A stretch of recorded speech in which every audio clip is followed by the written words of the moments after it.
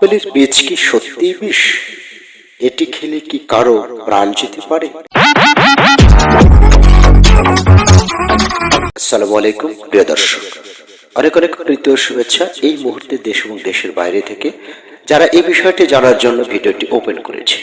অবশ্যই মঙ্গল কামনা করছি। শুরুতেই হ্যাঁ, অবশ্যই আপনারা যে বিষয়টি দেখেছেন অবশ্যই বিষ, তবে এই বিষ ক্রিয়ার মধ্যে পার্থক্য রয়েছে কম এবং বেশির মধ্যে। বয়স ভেদে আপেলের বীজ এটা বিষে পরিণত হতে পারে। চলুন এই বিষয়ে আমরা বিস্তারিত দেখে নিই, জেনে নিই, অন্যকে সতর্ক করি। আপেল সহ অনেক ফল রয়েছে যাদের বীজ খাওয়া উচিত নয়। বলা হয়েছে আপেলের বীজে নাকি বিষ থাকে এবং যদি কেউ এটি খায় তবে সে মারা যেতে পারে।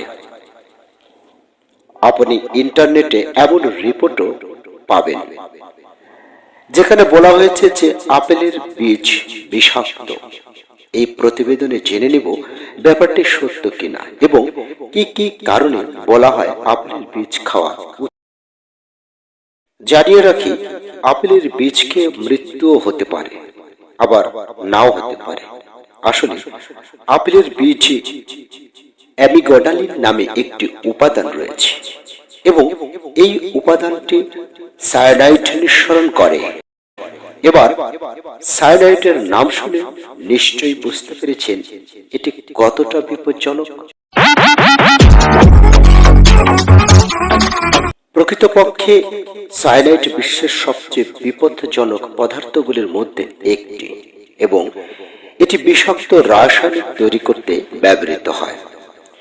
এই বিষ যদি কারো শরীরে যায় তাহলে সেও মারা যেতে পারে।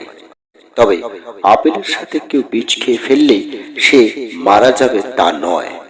যাই হোক, আমরা যখন আপেল খাই তখন ভেতরের অ্যামিগডালিন বীজের উপরিভাগ থেকে বের হয় না। তবে বীজ ভালো মতো চিবিয়ে খেলে তা বের হয়ে যাওয়ার আশঙ্কা থাকে। এই অবস্থায় এটি আপনার শরীরের ক্ষতিগ্রস্ত হয় এবং বিষক্রিয়া হয়ে গেলে মৃত্যু হতে পারে।